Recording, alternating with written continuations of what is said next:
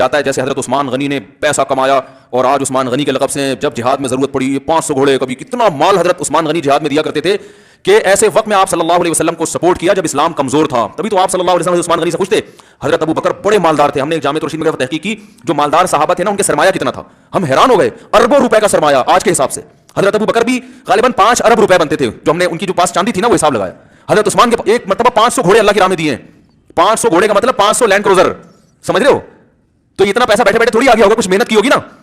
کہ کمپنیوں کا جو بنیادی مقصد ہے نا, وہ سب میں ایک ویژن لکھا ہوتا ہے کہ پروفٹ کمانا. کمپنی کا مقصد کیا ہے؟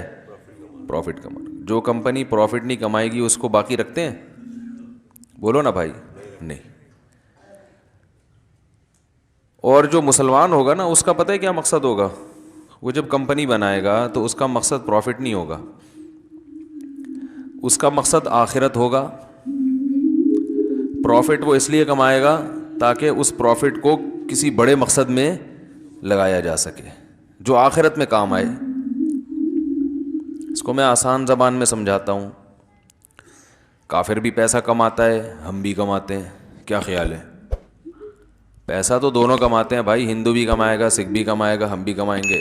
ہندو کماتا ہے پیٹ بھرنے کے لیے, مزے اڑانے کے لیے. ہم کیوں کماتے ہیں؟ اس لیے کماتے ہیں کہ اللہ تعالیٰ کو اوپر والا ہاتھ نیچے والے ہاتھ سے, بولو نا, پسند ہے. مانگنے والا اللہ کو پسند نہیں ہے, خرچ کرنے والا پسند ہے.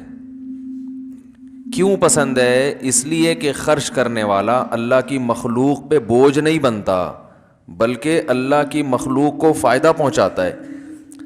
سر اٹھا کے جیتا ہے, اس کا سر جھکتا ہے تو کس کے سامنے؟ اللہ کے. اللہ چاہتے ہیں میرے غلام بنو. تبھی تو حدیث میں فرمایا جو ایمانداری سے تجارت کرے گا قیامت میں پیغمبروں اور صدیقین کے ساتھ ہوگا. کتنا بڑا مقام. اس کی کوئی فضیلت نہیں ہے جو کاروبار چھوڑ کے بیٹھا ہو, اس کی اسلام میں کوئی فضیلت نہیں ہے. اس کو رہبانیت کہا گیا ہے. رہبانیت جو عیسائیوں میں ہوتا تھا نا, پادری پن, رہبانیت پتہ ہے کسے کہتے ہیں؟ دنیا چھوڑ دینا. تو رہبانیت کو برا سمجھا گیا ہے اسلام میں. دنیا چھوڑنی تھوڑی ہے. یہ دنیا تو اللہ نے پیدا انسانوں کے لیے کی ہے. چھوڑ کے جنگل میں نکل گئے تو جنگل میں تو جانوروں کے لیے ہیں, وہ انسانوں کے لیے تھوڑی ہیں. لیکن مسلمان کے سامنے ایک ہدف ہوتا ہے. اور آسان مثال دوں, پیچیدگی میں جا رہے ہیں آپ لوگ, اور آسان مثال دیتا ہوں. یہ تو کئی دفعہ بیانات میں دے چکا ہوں لیکن دوبارہ آ جائے گی تو اچھا ہے. ایک حدیث میں آتا ہے ایک صحابی درخت لگا رہے ہیں. کیا لگا رہے ہیں؟ درخت. آپ صلی اللہ علیہ وسلم نے انہیں فرمایا کہ تم جو درخت لگا رہے ہو تو تمہیں کیا معلوم کہ یہ درخت کی زندگی, یہ درخت, حدیث کا مفہوم ہے کہ یہ پھل جب دے گا تو تمہاری زندگی وفا کرے گی کہ بھی نہیں کرے گی. اتنی پل کی خبر نہیں ہے. اور پلاننگ اتنے سال کی, 5 سال تو کم از کم لگتے ہیں کھجور کے درخت کو. پتہ کل کا نہیں ہے اور پلاننگ ہو رہی ہے 5 سال بعد. کتنے سال کی؟ 5 سال بعد کی پلاننگ. او بھائی یہ تو بڑا مشکل, یعنی یہ تو آپ صلی اللہ علیہ وسلم نے اس کو پسند نہیں کیا. 2 منٹ لگتے ہیں انسان کو مرنے میں. یہ جو جتنے لوگ مر چکے ہیں نا, ان میں سے کسی کا بھی پہلے سے مرنے کا پروگرام نہیں تھا. ہم سمجھتے ہیں یہ تو مر گئے تو ان کا تو پروگرام تھا جانے کا, ہمارا چونکہ ہے نہیں تو ابھی ہم تھوڑا زندہ رہیں گے. یہ تو مرنے کے بعد آدمی کہتا ہے یار میرا تو اس طرح کا کوئی پروگرام نہیں تھا, یہ ہوا کیا ہے میرے ساتھ. حقیقت بتا رہا ہوں. میرے پاس تو ڈاکٹر آتے ہیں نا بڑے بڑے فیلڈ کے, بھائی موضوع چینج نہ ہو جائے ذرا گچی سے پکڑ کے رکھنا. بڑے بڑے ڈاکٹر بھی ملاقاتیں ہوتی ہیں, میں تو نچوڑتا ہوں. ڈاکٹر آ کے پریشان ہوتا ہے کہ میں اس سے ملنے آیا ہوں تو یہ الٹا یہ مجھ سے مل رہا ہے. بھائی ہم تو کہتے ہیں بھائی علم جہاں سے ملے, چاہے وہ کوئی پائلٹ ملنے آئے گا نا, وہ ایئر فورس کے پائلٹ بھی آتے ہیں بعض دفعہ, ہم اس کو جہازوں میں نچوڑ لیتے ہیں. وہ حیران ہوتا ہے یار یہ کیا انجینئر بن رہے ہو, کیا کر رہے ہو. بچپن سے مجھے شوق ہے, ابھی نہیں صرف بچپن سے, کہ جو جس فیلڈ کا ماہر ہے اس کو اس سے وہ معلومات. اور سب سے اوتھینٹک معلومات یاد رکھو, کسی بھی چیز کی اگر لینی ہے تو کتابوں سے نہیں ملے گی, اس فن کے ماہرین سے ملے گی, کیونکہ کتاب سمجھنا بھی اس فیلڈ کے ماہر کا کام ہے. عام آدمی کتاب سے دھوکے میں آتا ہے. نہیں یاری بات میرا خیال ہے. اب آپ میڈیکل سائنس کی کتابیں پڑھ کے علاج کرو نا تو قبرستان بھرنے کے علاوہ کچھ بھی نہیں حاصل ہوگا. آپ نے کہا کہ میں ڈاکٹر کے پاس کیوں جاؤں, میڈیکل سائنس کی کتابیں پڑھتا ہوں میں, پیناڈول کا یہ فارمولہ ہے, اس میں یہ کیمیکل استعمال ہوا ہے, یہ درد, تو چلو ہم بھی وہ کیمیکل خرید کے بالٹی میں ملاتے ہیں اور تھیلیوں میں بھر بھر کے لوگوں کو پلانا شروع کر دیتے ہیں, تو مریں گے نا لوگ. تو بھائی اس کا طریقہ یہ ہے کہ کتاب معاون مددگار تو بنتی ہے, لیکن جب اس کا علم لینا ہے تو اس کے ماہر کو کے پاس چلے جاؤ. اس نے اپنی زندگی کھپا دی ہے اس کام میں, تو آپ کو کھپانے کی کیا ضرورت ہے؟ کیا خیال ہے بھائی؟ اس کے علم سے فائدہ ہو. وہ ڈاکٹر بنا اس لیے کہ آپ کو ٹینشن سے بچا لیا اس نے. آپ کسی اور کام میں ٹینشن, اپنی صلاحیت خرچ کرو نا. سارے کاموں میں ایک انسان کو مہارت ہو سکتی ہے کہ ڈاکٹر بھی بنے, بڑا حکیم بھی بنے, پلمبر بھی بنے, اور میکینک بھی بنے, اور الیکٹریشین بھی بنے. بھائی آپ ایک چیز میں مہارت پیدا کرو, باقی میں کام ہو تو اس کے ماہرین سے رابطہ کر لو. آپ ڈاکٹر بن گئے, الیکٹریشین نہیں ہو آپ, تو پنکھا کس سے لگواؤ گے آپ؟ الیکٹریشین سے. اب آپ کو نہیں, چونکہ پنکھا بھی میں خود ہی لگاؤں گا, تو اب پنکھے کے بارے میں کتابیں پڑھ رہے ہو, وائر کے بارے کہ وائر کیسے جوڑی جاتی ہے, یوٹیوب پہ سرچ کر رہے ہو کہ وائر کیسے جوڑی جاتی ہے, بٹن کیسے لگایا جاتا ہے, اور وہ ارتھ کہاں سے ہوتا ہے. تو پاگل پنے کی بات ہے بھائی, آپ چھوڑو یار, یہ دنیا میں الیکٹریشین بھی تو ہیں, یہ کس لیے ہیں؟ آپ اپنے کام کو فوکس کرو. تو یہ ایک اصول ہے, تو میں اس اصول کو مانتا ہوں. تو میں کہتا ہوں میں میڈیکل سائنس کی کتابیں پڑھ کے معلومات لوں, اس میں ٹھوکریں کھاؤں گا, 20 سال تک لوگوں کو غلط گائیڈ کروں گا. بہتر نہیں ہے کوئی کسی فیلڈ کا ماہر ہے, اس سے اس بارے میں معلومات لے لی جائے, لیکن کوشش یہ ہو کہ وہ اس فیلڈ کا ماسٹر ہو. تو گردوں کا اسپیشلسٹ آتا ہے تو اس کے گردے درد کرنے لگتے ہیں میرے سوالات سے, بار بار پانی مانگتا ہے کہ اتنا کڈنی کے بارے میں اس سے پوچھتا ہوں. بچپن سے میری عادت ہے یہ. تو کیا کہہ رہا تھا میں؟ درخت تو تھی وہ, یہ ڈاکٹر سے بات, کیا بات ہوئی تھی میری؟ نہیں یار مزہ نہیں آیا ہے. نہیں, وہ درخت والی مثال تو میرے ذہن میں ہے, لیکن اس درخت میں ڈاکٹر کہاں سے آ گیا جی؟ خیر مسلمان تاجر جو ہے وہ تو, چلو درخت پہ آتے ہیں, شاید دوبارہ سے وہیں درخت کے ذریعے پہنچے تھے وہاں پر نا, تو درخت پہ دوبارہ آ جاتے ہیں. پلاننگ, وہ درخت کی مثال میں دے رہا تھا, اسی پہ دوبارہ آتے ہیں, تو دوبارہ اصل بات ذہن میں آ گئی. ٹھیک ہے, نہیں تو وہ اصل تو وہی تھی نا. تو جو لوگ مجھے کہتے ہیں آپ کا حافظے کو کیا ہو گیا, تو میں کہتا ہوں یہ اتنے سارے لوگوں کے حافظے کو کیا ہو گیا, ان کو بھی تو نہیں آ رہا. ہمیں اگر نہیں یاد آ رہا تو آپ کو کون سا یاد آ رہا ہے؟ تو میرا تو, میں اگر بھول جاؤں تو سمجھ میں آتا ہے, کیونکہ میں تو ایک موضوع کو لے کے چل رہا ہوں نا, اس کو اصل فوکس کر رہا ہوں. دائیں بائیں تو گریبیاں ہیں. تو نبی صلی اللہ علیہ وسلم نے ایک صحابی کو دیکھا, وہ درخت لگا رہے ہیں. ہاں اب دیکھو یاد آ گئی نا, درخت پہ پہنچے تو پہنچ گئے اوپر. میں یہ بتا رہا تھا, بڑے بڑے ڈاکٹروں سے میں مختلف معلومات لیتا ہوں, یہ بیماری کی کیا وجہ ہے, یہ کیوں ہو جائے. تو ایک چیز کامن سب بتاتے ہیں کہ بھائی یہ جتنی بھی سائنسی تحقیقات ہوئی ہیں, میڈیکل سائنس نے ترقی کی ہے, پوری طرح انسان کی باڈی کو ابھی تک کوئی سمجھ نہیں سکا ہے. اکثر بیماریاں ایسی ہوتی ہیں جن کی کوئی ریزن نہیں ہوتی اور انسان اس میں ہلاک ہو جاتا ہے. کینسر جو ہے نا, موت, کینسر کا اب تک علاج دریافت نہیں ہوا ہے, موت ہے کینسر میں. ہاں یا تو کاٹ کے وہ جگہ ہی پھینک دو تو ایک الگ بات ہے, لیکن بعض دفعہ ایسی جگہ ہوتی ہے وہ کاٹ ہی نہیں سکتے نا. بھائی چلو انگلی پہ ہو گیا تو یہ تو کاٹ دیا آپ نے, پیٹ میں ہو گیا تو وہاں تک کہاں تک کاٹیں گے. تو کہتے ہیں کہ کوئی وجہ معلوم نہیں ہوتی. بالکل فٹ فاٹ, ہمارے ابھی ایک دوست ہیں 35 سال, 35 ایئرز اولڈ, جوان, خوبصورت, ماشاء اللہ, جاب بھی اچھی, کوئی ٹینشن بھی نہیں ہے, اور صحت بھی اچھی ہے, کوئی موٹاپا بھی نہیں ہے, بلڈ کینسر ہو گیا. ملنے آئے, میں نے کہا بھائی آپ کو کیا بھائی کیمو تھراپی چل رہی ہے. یہ تھراپی ہے, تھراپی ہے, تھریپی ہے, پتہ نہیں کیا ہے, مختلف لوگ مختلف لفظ بتاتے رہتے ہیں. اب یہ بھی کسی انگلش کے بہت ماہر سے ایک دفعہ فون کر کے پوچھنا پڑے گا, یار ایک دفعہ بتا دو تھراپی ہے, تھریپی ہے, تھراپی ہے, تھریپی ہے میرا خیال ہے, کیمو تھریپی. تو کیمو تھریپی کروائی انہوں نے, بالکل ہی ہڈیوں کا ڈھانچہ بن گئے. میں نے کہا کیا ہوا؟ Blood cancer. وجہ کہہ رہے ہیں ڈاکٹر خود حیران ہے کہ وجہ سمجھ میں نہیں آ رہی. کل پرسوں میری حضرت مولانا طارق جمیل صاحب, اللہ ان کی عمر میں برکت دے, ان کو صحت دے, ان سے ملاقات تھی. تو مجھے لگا بہت کمزور ہو گئے ہیں, ہارٹ کا مسئلہ ہے نا ان کا, دوائیں کھا رہے ہیں. تو میں نے کہا آپ تو ایکسرسائز بھی کرتے ہیں, کھاتے بھی نہیں ہیں, ان کی خوراک ایسی ہے کہ آدمی جو ہے نا وہ حیران ہوتا ہے کہ یہ چل کیسے رہے ہیں. بہت تھوڑا کھانا اچھا ہے نا صحت کے لیے, ایکسرسائز بھی پابندی سے, کھاتے بھی تھوڑا ہیں, رات کو سوتے بھی جلدی ہیں, صبح اٹھتے بھی جلدی, پوری بڑی تمیز سے زندگی گزر رہی ہے. کتنے اٹیک, میرا خیال ہے 2 یا 3 اٹیک ہو چکے ہیں. تو مجھے انہوں نے بتایا کہ مجھے جو ہارٹ اسپیشلسٹ ڈاکٹر نے بتایا کہ آپ کا دل جو ہے ماشاءاللہ اس کی رگیں ایسی جوان ہیں جیسے 20 سال کا لڑکا ہوتا ہے, اتنا صحت مند دل ہے. لیکن پھر بھی وہ خود حیران ہے کہ اٹیک ہو کیوں رہا ہے. تو یہ اللہ کی قدرت ہے.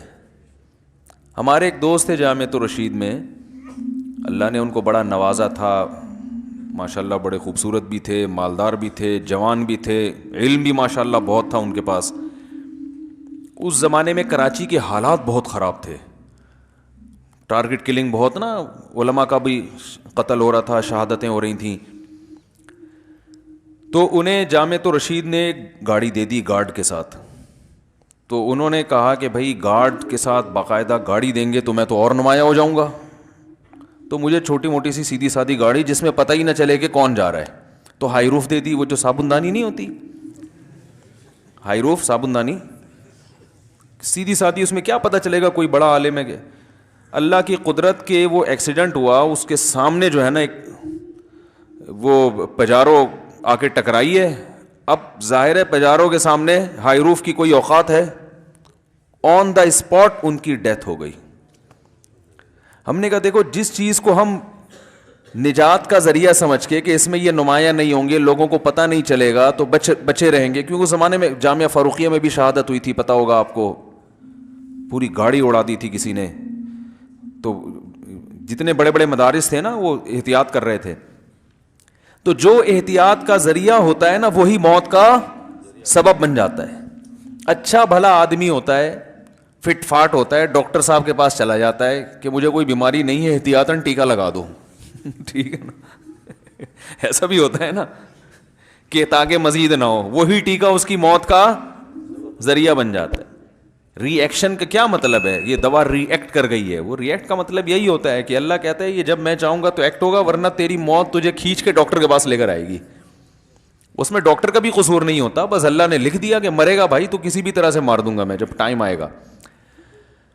تو ہمیں پھر بھی احتیاط کرنی چاہیے, صحت کی حفاظت کرنا یہ فرض ہے, ضروری ہے. علماء نے تو یہاں تک لکھا ہے کہ جب آپ کا پیٹ بھر گیا اور آپ کو پتہ ہے کہ اب یہ مزید لقمہ کوئی فائدہ نہیں پہنچائے گا, اس سے بدہضمی کے سوا کچھ بھی حاصل نہیں ہوگا, تو بعض علماء نے یہ لکھا ہے کہ یہ لقمہ حرام ہے کھانا, کیونکہ یہ خودکشی کے زمرے میں آ رہا ہے. کیوں کھا رہے ہو؟ کھا تو لیا, پھر بھی کھا رہے ہو. تو 1 منٹ کا انسان کا پتہ نہیں ہے, اور صحابی رسول درخت لگا رہے ہیں. تو اس لیے نبی نے کیا فرمایا کہ تمہیں زندگی کا کیا پتہ ہے کہ یہ جب تک پھل دے گا تو درخت وفا کرے گا کہ نہیں کرے گا؟ زندگی وفا کرے گی نہیں. تو اس حدیث سے کیا پتہ چلتا ہے؟ درخت لگانے سے منع کیا جا رہا ہے نا. کیا ہو گیا بھائی, بولو نا ہاں. اس سے تو یہ پتہ چل رہا ہے نا کہ اسلام میں درخت لگانا اچھا کام نہیں ہے. کیا 5 سال ابے چھوڑو, جو صبح کی روٹی ہے تو شام کو اللہ کھلا دے گا, شام کو ہے تو صبح بھی کھلا دے گا جس نے شام کو چھوڑو. اتنی لمبی سوچنے کی ضرورت نہیں ہے, ڈپریشن میں ٹینشن میں جاؤ گے کچھ بھی حاصل نہیں ہوگا. لیکن کم علم خطرہ ایمان, جیسے ہوتا ہے نا نیم حکیم خطرہ جان, تو نیم مفتی خطرہ ایمان. جو لوگ آدھی حدیثیں پڑھ کے فتوے دیتے ہیں نا وہ اسی طرح امت کو گمراہ کرتے ہیں. قرآن و حدیث کا علم مکمل ہونا چاہیے. تو جن لوگوں نے اس قسم کی حدیثیں پڑھی ہوئی ہیں وہ دنیا سے دور کہ کیا درخت لگانا, کیا یہ کر رہے ہیں, پیسے انویسٹ کیے ہوئے ہیں, وہاں کاروبار کر رہا ہے, ادھر طارق روڈ پہ 6 دکانیں اور تھی, 4 اور خرید رہا ہے, کیا یہ دنیا. اللہ کے نبی نے تو درخت لگانے میں کہا کہ لمبی لمبی امیدیں, اور یہ دکانیں خریدنے, اور جناب ماشاء اللہ ان کے لائف اسٹائل دیکھو. تو یہ وہ لوگ ہوں گے جو آدھی حدیث پڑھتے ہیں اور آدھی حدیثیں نہیں پڑھی. تو دوسری حدیث میں آتا ہے کہ آپ صلی اللہ علیہ وسلم نے ارشاد فرمایا, یہ صحیح حدیث صحیح مسلم کی, کہ جس نے درخت لگایا جب تک چرند پرند بھی اس درخت سے کھاتے رہیں گے اس کو قبر میں ثواب ملتا رہے گا. کیا انداز ہے تبلیغ کا, دیکھو یار, مسلمان کا قبلہ ہی چینج کر دیا. بھائی درخت ہم بھی لگائیں گے, کافر بھی لگائے گا. کافر کا ویژن درخت لگانے سے کچھ اور ہے, ہمارا کچھ اور. کافر اس دنیا پہ یقین کرتا ہے, وہ آخرت پہ یقین نہیں کرتا. وہ کہتا ہے درخت لگاؤں گا, پھل دے گا, پھر جب درخت جب تک بڑا نہیں ہو جائے اس کو یہ ڈر ہے کوئی مار کے نہ چلا جائے, مر نہ جاؤں, ٹرک کے نیچے نہ آ جاؤں, کوئی بیماری تو نہیں ہو گئی, یہ تو نہیں, ڈپریشن میں جائے گا نا. پھر درخت جب لگ گیا, پھل نہیں دے رہا, یار یہ کوئی دم کرو, کوئی تعویذ ڈالو, کوئی بکرے ذبح کرو. یہی ہوتا ہے نا بکروں کے, وہ منتیں چڑھاؤ, پھر پیر صاحب کے پاس جاؤ, پھر مزار پہ جاؤ, پھر بھائی یہ کیا ہو گیا, ہائی یہ کیا ہو گیا, یہ ہو کیوں نہیں رہا, یہ وہ تو پھر درخت سے پہلے مرے نا خودکشی یا ٹینشن سے مر جائے گا وہ. مسلمان کیا کہتا ہے, بھائی درخت لگانا ہے, پھل دے گا, خود بھی کھائیں گے, بچوں کو بھی کھلائیں گے, کاروبار بھی کریں گے. اور مر گئے, اگر لگانے سے پہلے مر گئے یا بڑا ہونے سے, درخت کے مکمل ہونے سے پہلے مر گئے تو نیت کا ثواب, بولو نا بھائی, ملتا رہے. اور لگ گیا تو سبحان اللہ. مر بھی گئے تو کوئی بات نہیں, ہم پھل نہیں کھائیں گے, آگے نسلیں تو کھائیں گی نا. آخرت میں ذخیرہ ہو رہا ہے بھائی, چڑیا کو کھلانے میں ثواب مل رہا ہے, تو انسان کھائیں گے اور اس کے سائے کے نیچے رہیں گے, تو اور کیا چاہیے, اپنے بھی مزے اور مخلوق کو فائدہ پہنچانے کے بھی مزے. تو آخرت کے لیے اللہ نے مزے اڑانے پر پابندی نہیں لگائی ہے, لیکن وہ مزے جس کی اللہ نے اجازت دی ہے تاکہ آخرت خراب نہ ہو. مسلمان آخرت پہلے رکھتا ہے, دنیا بعد میں. بھائی بہت سے مزے اللہ نے ایسے رکھے ہیں کہ اس سے آخرت خراب نہیں ہوتی بلکہ آخرت میں فائدہ ہوتا ہے.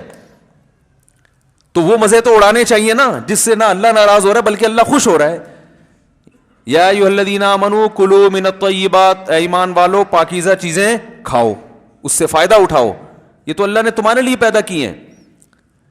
تو ویژن میں فرق ہے. جو کمپنیاں ہیں نا ان کے ویژن کیا ہوتے ہیں, پیسہ کمانا, لیکن مسلمان کا تاجر کا ویژن کیا ہوگا, بھائی پیسہ کمانا تاکہ اس سے کوئی بڑا مقصد حاصل کیا جا سکے. پیسہ برائے پیسہ مقصد نہیں ہے, پیسہ کما کے کوئی بڑا مقصد حاصل ہو. وہ بڑا مقصد کیا ہے, پہلا مقصد کسی کے ساتھ سب سے پہلے تو اپنے آپ کو بھکاری بننے سے بچانا ہے, سمجھ رہے, اللہ کو بھیک مانگنے والا پسند نہیں ہے. بھائی سب سے پہلے تو بھائی ہم صرف اللہ کے سامنے جھکیں گے. مخلوق کیا, ہمارے جیسا انسان ہے, میں کیوں اس کے سامنے اپنی ناک ذلیل کروں. بھائی سجدہ صرف اللہ کے سامنے ہوتا ہے, اور سجدہ 2 قسم کا ہوتا ہے, ایک سر جھکانے والا, ایک اپنے دل کو جھکا دینا. ہم دل بھی نہیں جھکاتے. کیا خیال ہے بھائی, ہم کیوں کسی کا احسان لیں. تو ہم صرف اللہ سے مانگیں گے, تو اس کے لیے جیب میں پیسے ہوگے تو مانگیں گے نا. پیسے نہیں ہے تو 4 دن تو اللہ سے مانگے گا, اس کے بعد کیا کہ تھوڑا پبلک سے بھی مانگ کے ٹرائی کر لو, کیا جا رہا ہے یار, اب اللہ تو دے نہیں رہا. تو اللہ کہے گا میں نے تو دینے کا وعدہ اس وقت کیا تھا جب تو خود بھی تو محنت کرنا, تو پڑ جائے گا تو کہاں سے دوں گا میں. تو کھلانے والا پسند ہے اللہ کو. دوسری نیت مسلمان کیا کرتا ہے کہ بھائی جب خود بھی بھیک سے بچوں گا پھر بیوی بچوں کو بھی کھلاؤں گا. سب سے افضل صدقہ کون سا ہے, نبی نے فرمایا ما تجعل فی امرأتک, اپنی بیوی کو کھلاتے ہو نا سب سے زیادہ ثواب اس میں ملتا ہے. میں جب یہ شروع میں حدیث پڑھتا تھا مجھے سمجھ میں نہیں آتی تھا اس کا مطلب کہ یار وہ تو سبھی کھلاتے ہیں, وہ تو گن پوائنٹ پہ کھلاتے ہیں. کوئی دنیا میں ایسا شیر خان ہے جو کہ میں بیوی کو نہیں کھلاؤں گا, بیوی چھوڑے گی اس کو, وہ دنیا چھوڑ دے گی, یہ شوہر کو نہیں چھوڑے گی وہ. تو یہ کیوں اتنا ثواب مل رہا ہے, یہ تو ہماری ضرورت ہے تو مجبوروں تو بھاگ جائے گی ورنہ. ارے بھائی بیوی کو نہیں کھلاؤ گے تو بھاگ جائے گی نا گھر سے, اس کو تو پکڑ کے رکھنے کا طریقہ یہ, اس کو کھلاتے رہو صبح شام, ورنہ وہ بچے الگ رول جائیں گے. یہ تو کھلانا ہی کھلانا ہے. اب مجھے اس حدیث کا مطلب سمجھ میں آتا ہے, یار نبی صلی اللہ علیہ وسلم نے کیسی ترغیب دی ہے مسلمانوں کو, کیونکہ حضرت عمر کا قول ہے من لم یعرف وہ کیا ہے ملم کیا ہے وہ عجیب بڑے خوبصورت الفاظ ہیں کہ ملم یعرف بالجاہلیتی لم یعرف بالاسلام. جو زمانہ جاہلیت جس نے نہیں دیکھا اس کو اسلام کی خوبیوں کا پتہ نہیں چلتا. حضرت عمر نے تو دیکھا تھا نا, جو نئے نئے لوگ آ رہے تھے نا, پیدا ہو رہے تھے, مسلمان ہو رہے تھے, نوجوان, ان کو کہتے تھے تمہیں کیا پتا کہ اسلام کیا ہے, تم نے جاہلیت کا زمانہ تو دیکھا نہیں ہے.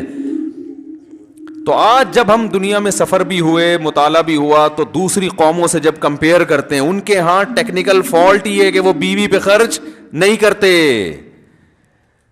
انگریز خرچ کرے گا اپنی ذات پہ, اپنی کمپنی پہ, کیا خیال ہے, اپنی کمپنی پہ, اپنی ذات پہ, گرل فرینڈ پہ, دوستوں پہ, بیوی پہ نہیں کرتا. بیویاں تو وہاں خود بھی, بھائی بیوی اپنا کماتی ہے, شوہر اپنا کماتا ہے.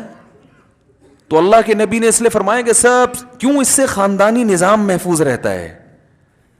عورت جاب کرنے پر مجبور نہیں ہوتی, وہ گھر کی چار دیواری میں رہتی ہے, وہ آپ کے بچوں کی تربیت کرتی ہے, وہ برائی کی طرف نہیں جاتی, اور آپ میں خرچ, مرد کو اللہ چاہتے ہیں اس میں خرچ کرنے کا جذبہ پیدا ہو, یہ خاندان کو جوڑ کے رکھتا ہے. پھر اس لیے فرمایا کہ سب سے پہلے کیا ہے, دیکھو آپ کہہ سکتے ہیں سب سے پہلے تو والدین ہیں, تو والدین اس صورت میں ہیں کہ وہ محتاج ہوں, ورنہ اماں کا خرچہ آپ کے ابا پر ہے, بیٹے پر نہیں ہے, سمجھ رہے نا.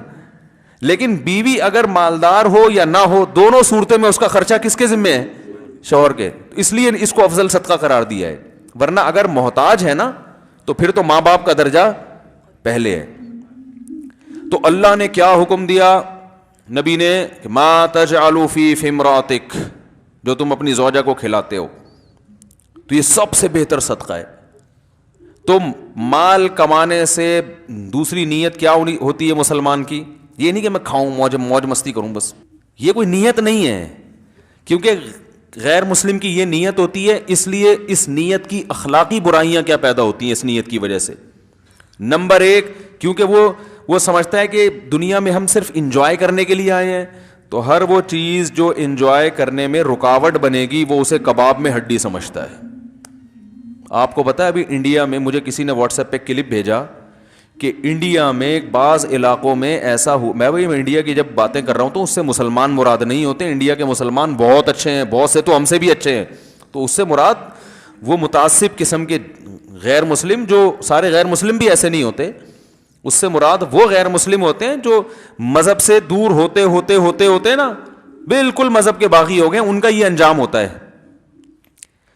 تو اس میں یہ کہ گاؤں میں رواج ہے, بوڑھے والدین اور دادا دادی کو قتل کر دیتے ہیں کہ یہ ٹینشن ہے, بوجھ بن رہے ہیں, اور یہ بہت پرانا رواج ہے ان کا. اس کا انٹرویو دکھایا انہوں نے, انٹرویو میں دکھایا کہ ہاں ہم ایسا کرتے ہیں کہ جب وہ نہیں مر رہے ہوتے تو ڈاکٹر کو لاتے ہیں, وہ انجیکشن لگا دیتا ہے یا کچھ پلا دیتے ہیں یا کچھ ایسا کر دیتے ہیں, مار دیتے ہیں. تو اپنے حساب سے تو وہ ٹھیک کر رہے ہیں, کیونکہ بھائی جب دنیا میں انجوائے کرنے کے لیے آئے ہیں تو یہ ٹینشن کیوں اٹھائیں بوڑھے کی, بولو نا بھائی, یہ تو ٹینشن ہے نا. اور غیر مسلم ٹینشن سمجھتا ہے, بوڑھے باپ کو بھی, بوڑھی ماں کو بھی, بیوی کو بھی ٹینشن سمجھتا ہے. اس لیے سمجھتا ہے کہ یہ گرل فرینڈ نہیں بنانے دیتی, خرچہ کرنا پڑتا ہے اس کے اوپر, تبھی خرچے سے بھی. پھر اولاد کو ٹینشن, اسی وجہ سے ایک دو سے زیادہ بچے بھی نہیں ہونے دیتے. وہ کہتے ہیں یہ ٹینشن ہے کہ کیوں ہم تیسرا بچہ کیوں ہو, بھائی دو میں خرچ کر لیا بہت ہے, تیسرا کیوں ہو. تو فیملیاں بھی سمٹ رہی ہیں, جب ان کی فیملی سمٹ رہی ہیں تو چچا, ماموں, خالہ, تایا کا سسٹم سارا آہستہ آہستہ. ارے جب بچے ہوتے ہیں تو پھر چچا, تایا, خالہ, ماموں, کزن, بہن, بھائی, یہ سارے رشتے جب وجود میں آتے ہیں نا, بڑا خاندان تو جب ہی بنتا ہے نا, تو محبتیں ختم. ہر آدمی اس کوشش میں پیسہ پیسہ پیسہ پیسہ. تو یہ اخلاق, پھر اس پیسہ کمانے میں وہ یہ نہیں دیکھتا کہ اخلاقیات کے دائرے میں یہ چیز آتی ہے کہ نہیں آتی. آپ مجھے ایک بات بتاؤ, علم دین کے بعد سب سے مقدس شعبہ میڈیکل سائنس ہے یا نہیں ہے؟ دیکھو علماء لوگوں کے ایمان کی حفاظت کرتے ہیں, یہ سب سے مقدس شعبہ. اس کے بعد لوگوں کی جان کی حفاظت, یہ سب سے مقدس شعبہ ہے یا نہیں ہے؟ ارے بھائی کوئی بزنس میں آدمی پیچھے چلا جائے یا اور کسی فیلڈ میں کوئی انجینئر نہ بن سکے، لیکن معاشرے کو سب سے زیادہ ضرورت علماء کے بعد ڈاکٹروں کی ہے نا، ورنہ تو مر جائیں گے لوگ. اٹیک ہوگا، کتنے لوگ ہیں شوگر ہو گئی تو ڈاکٹر اس دوا تجویز کرتا ہے، بچے رہتے ہیں.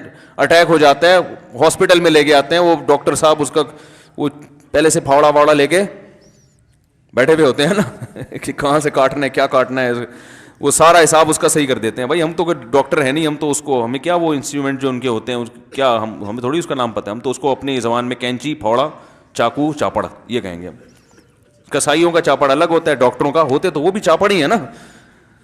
اور بعض ڈاکٹر تو واقعی اللہ معاف فرمائے کسائی ہی جیسے ہی ہوتے ہیں، بعض سب نہیں. وہ بلا وجہ کل ہی کسی نے رپورٹ پیش کی، بتایا کہ 30% آپریشن بلا وجہ ہو رہے ہیں. یہ بہت بڑے ڈاکٹر کی رپورٹ ہے، میں نام نہیں لوں گا ان کا، کہ 30% آپریشن ایویں ہی ہو رہے ہیں پیسے کمانے کے. لیکن پھر بھی ڈاکٹر اگر آپ کو آپریشن تجویز کرے تو یہ نہ کہ ایویں ہی ہو رہے ہیں، آپ کو کیا پتا ہو سکتا ہے وہ صحیح کہہ رہا ہو. تو جاؤ اس کے پاس جس پر پہلے اعتماد ہوتا ہے، پھر جب اعتماد کر لیا تو پھر جیسا کہہ رہا ہے ویسا کرو، کیونکہ ڈاکٹر سے بھی لوگ الجھتے ہیں. تو خیر میں جلدی سے بات سمیٹتا ہوں. دیکھو سب سے مقدس شعبہ میڈیکل سائنس کا ہے نا، کہ جس نے ایک انسان کی جان بچائی اس نے گویا سارے انسانوں کی. لیکن چونکہ آخرت پر یقین نہیں ہے تو کمپنیاں جو دوائیں بنا رہی ہیں ان کا شعبہ بڑا مقدس. جب ایک درخت سے پرندوں کو کھلانا مقدس کام ہے تو دوائیں بنا کے لوگوں کی جانیں بچانا تو اس سے کروڑہا گنا زیادہ مقدس کام ہو گیا نا. لیکن جو دواؤں کی کمپنیاں ہیں ان کا ویژن، ان کا چونکہ آخرت پر یقین نہیں ہے، لہذا ان کے ویژن میں کیا چیز ہے، یہ پیسہ کمانے کی کمپنی ہے، لوگوں کو فائدہ پہنچانے کی کمپنی نہیں ہے. اگر انہوں نے ویژن میں یہ لکھا ہوتا کہ یہ جو کمپنی ہے پیسہ بھی کمائے گی لوگوں کو فائدہ پہنچا کے، اور پیسہ اس لیے کمائے گی تاکہ اس کمپنی کے جو شیئرز ہولڈر ہیں وہ بھی خوشحالی کا شکار ہوں اور اپنے بیوی بچوں پہ بھی خرچ کریں، صدقات و خیرات بھی کریں اور ملک کی ترقی کا بھی سبب بنے تاکہ آخرت میں سرخ روح ہو سکیں، یہ ویژن بن جاتا. تو پھر آپ مجھے بتاؤ یہ جو ڈاکٹروں کو رشوتیں دے رہے ہیں، مہنگی دوا ڈاکٹر لکھ کے دیتا ہے، میڈیکل ریپ والے یہی کرتے ہیں نا. ارے یہ جو ہم جس قیمت پہ دوائیں خرید رہے ہوتے ہیں نا، ان کی اوریجنل قیمت یہ نہیں ہوتی. یہ اس لیے ہوتی ہے کہ کمپنی نے ایک سستی دوا کی قیمت بڑھائی ہوتی ہے. اب وہ مہنگی دوا بکے گی کیسے؟ تو ایسے بکے گی کہ اپنے نمائندے ڈاکٹروں کے پاس بھیجے جاتے ہیں، ڈاکٹر صاحب یہ 5,000 روپے کا نوٹ صرف آپ کی خدمت کی. 5,000 تو بہت کم بتا رہا ہوں کہ ڈاکٹر کہے گا کیسے غریبوں والی باتیں کر دی مفتی صاحب نے. ہاں وہ کہے گا یہ کیسے ہماری ویلیو گرا دی مفتی صاحب نے. یار 5,000 کی کوئی نہیں، وہ سوئٹزرلینڈ کے ٹکٹ ملتے ہیں ان کو اور بہت کچھ ہوتا ہے. تو ڈاکٹر صاحب آپ پلیز آپ جو ہے نا یہ لکھ کے دیجئے گا. کل تو مجھے ایک عجیب بات پتہ چلی ہے کہ بعض دفعہ ڈاکٹر کو گاڑی دی جاتی ہے اور یہ بتایا جاتا ہے کہ اس گاڑی کی قسطیں ہم جمع کریں گے، ہم نے بینک سے یہ گاڑی لی ہے، اتنا ایڈوانس دیا ہے، اس کی اتنی قسطیں، آپ نے ہر مہینے ہماری یہ دوا اتنی فروخت کروانی ہے. اگر جس مہینے آپ نے یہ مقدار پوری نہیں کی تو پھر قسط اس مہینے آپ کو جمع کرانی پڑے گی. یہ ہو رہا ہے مارکیٹ میں. ڈاکٹر دیکھو درخت لگانے سے کتنا ثواب ملتا ہے. نبی نے فرمایا پرندے بھی کھائیں گے نا قبر میں، تو ڈاکٹر تو درخت سے زیادہ قیمتی چیز ہے. درخت سے مخلوق کو وہ فائدہ نہیں ہوتا جو ایک ڈاکٹر سے. ایک ڈاکٹر ایک محلے میں اس کی ویلیو درخت سے کروڑہ گنا زیادہ ہے، وہ زیادہ فائدہ پہنچا رہا ہے درخت کی نسبت. لیکن اتنے مقدس شعبے کا چونکہ آخرت پر ایمان نہیں ہے نا تو ویژن درست نہیں ہے. وہ ڈاکٹر بھی اس نے میڈیکل سائنس کا علم اس لیے حاصل کیا تاکہ میں پیسہ کماؤں، لائف کو انجوائے کروں. تو وہ کہہ رہا ہے بھائی اگر مجھے یہ نسخہ لکھ کے دینے میں گاڑی کی قسط فری ہو رہی ہے تو میرا تو مقصد ہی پیسہ ہے. اس کا نقصان کیا ہو رہا ہے کہ ایک سستی دوا مہنگے داموں بکے گی. حالانکہ جب پیشنٹ آیا ہے ڈاکٹر کے پاس وہ اس کو کاروبار بڑھانے کے لیے نہیں آیا، وہ کہہ رہے ہیں میری جو خیر خواہی ہے نا وہ نسخہ لکھ کے دو جس میں میری خیر خواہی ہے. ایک فارمولے کی دوا سستی بھی مل رہی ہے مہنگی بھی مل رہی ہے، تو ڈاکٹر اگر پیشنٹ کو مہنگی والی دوا لکھ کے دیتا ہے تو پیشنٹ کے ساتھ خیانت ہے یا نہیں ہے؟ بولو نا بھائی، تو خیانت ہے. لیکن ڈاکٹر یہ خیانت کر رہا ہوتا ہے وہاں سے رشوت لے کے، کمیشن لے کے. تو وہ بھی غلط کر رہا ہے. اور اس کے دو نقصان, ایک تو مہنگی دوا, دوسرا بسا اوقات پیشنٹ کو دوا کی ضرورت نہیں ہوتی, ڈاکٹر نے مقدار پوری کرنی ہے, کوانٹٹی پوری کرنی ہے کہ اتنا میرا ہدف ہے, مجھے ٹارگٹ دیا گیا ہے کہ بھئی اتنی دوائیں آپ نے بکوانی ہیں آپ کے نسخے سے. تو کمپنیاں بھی 2 نمبری کر رہی ہیں اور بہت سے ڈاکٹر بھی, سب نہیں ہوتے ایسے, نہ ساری کمپنیاں ایسی ہوتی ہیں. نقصان کیا ہو رہا ہے عوام کا؟ بلا وجہ دوائیں کھا کھا کے ویسے ہی بیمار ہو رہے ہیں, پیسے بھی بلا وجہ خرچ ہو رہے ہیں. وہ ایک آدمی گیا نا بلڈ پریشر کی دوا لینے کے لیے, تو اس کی قیمت اتنی تھی, وہ کہہ رہا ہے یہ تو قیمت سن کے میرا بی پی ویسے ہی ڈبل ہو گیا ہے. دوائیں کا سن کے آدمی کا آدھا بیمار تو اس سے ہو جاتا ہے کہ یار یہ کیا کروں گا میں. کتنا مقدس شعبہ ہے, مگر چونکہ آخرت پر ایمان نہیں ہے, وہی مقدس شعبہ صرف پیسہ کمانے کا ذریعہ. یہ کتنی بڑی انسانیت کی خدمت کر کے آخرت میں کتنا اجر کما سکتے تھے. ایک ڈاکٹر کہہ سکتا تھا اللہ میں نے اتنے لوگوں کے ساتھ جو ہے نا انصاف کیا, اتنے لوگوں کی صحت بحال کرنے کا ذریعہ بنا اور حلال کمایا. ایک انسان کی جان بچانے کو اللہ کہہ رہے ہیں کہ گویا سب انسانوں کی جان بچائی. ڈاکٹر کہہ سکتا ہے میں تو جان بچاتا ہوں. او بھائی آپ جان بچا تو رہے ہو, لیکن آپ کی پہلی نیت جان بچانے کی نہیں ہے, پہلے بزنس ہے, جان غریبی میں بچ رہی ہے. سمجھ میں آ رہی ہے بات کہ نہیں آ رہی؟ وہ جان تو بچ رہی ہے, وہ تو ظاہر ہے دوا کھا کے کچھ نہ کچھ تو ہوگا نا, اس کو بچ جائے گا. لیکن آپ کا اصل ہدف تو جان بچانا تھوڑی ہے, آپ کا اصل ہدف تو پیسہ ہے. اصل ہدف جان بچانا ہو, پیسہ غریبی میں کہ چلو بھائی میں بھی وقت نکال کے بیٹھا ہوں, فری پھوکٹ میں کام کروں گا تو میرے بچے کہاں سے کھائیں گے, کل مجھے بھی ضرورت پڑ سکتی ہے, تو پیسہ بھی کماؤ بھائی, مریضوں سے پیسہ بھی لوں گا میں, لیکن حلال پیسہ لینا, حرام کیوں لے رہا ہے. تو کتنی کمپنیاں ایسی ہیں جو ڈاکٹروں کو رشوت دے دے کے اپنی دوائیں مارکیٹ میں فروخت کروا رہی ہیں, مہنگی دوائیں. کئی دفعہ آپ نے دیکھا ہوگا ڈاکٹر صاحب دوا لکھ کے دیتے ہیں, وہ پورے پاکستان میں کہیں سے بھی نہیں مل رہی ہوتی سوائے اس کلینک سے جو ڈاکٹر صاحب کی. اور اب تو ڈاکٹر صاحب نے بسا اوقات کلینک بھی اپنی کھولی ہوئی ہوتی ہے کہ میں یہ لکھ کے دوں گا وہاں سے. جیسے اسکول والے کہتے ہیں نا یہ والا یونیفارم, پرنسپل سے پوچھو یہ ملے گا کہاں, کہہ رہے ہیں وہ ادھر سے ملے گا, اس کے علاوہ پوری دنیا میں وہ آپ کا ٹیلر وہ یونیفارم بنا ہی نہیں سکتا. یہ انگلش کی کتاب کہاں سے ملے گی جی پرنسپل صاحب, یہ والی کتاب آپ کو اردو بازار کی دکان نمبر فلاں سے ملے گی. وہ پورے اردو بازار میں ایک ہی دکان ہوگی اور ایک ہی پریس ہوگا جس نے اس ڈیزائن میں کتاب چھاپی, پوری کائنات میں وہ کہیں بھی نہیں مل رہی. تو ہر طرح سے گھسیٹا جا رہا ہے لوگوں کو, بزنس. تو یہ غیر اخلاقی حرکتوں میں انسان کیوں آتا ہے؟ اچھے اچھے کاموں میں غلط نیت کر کے بگاڑ دیتا ہے. تو جو برے کام ہے ان میں کیا اثر کرے گا؟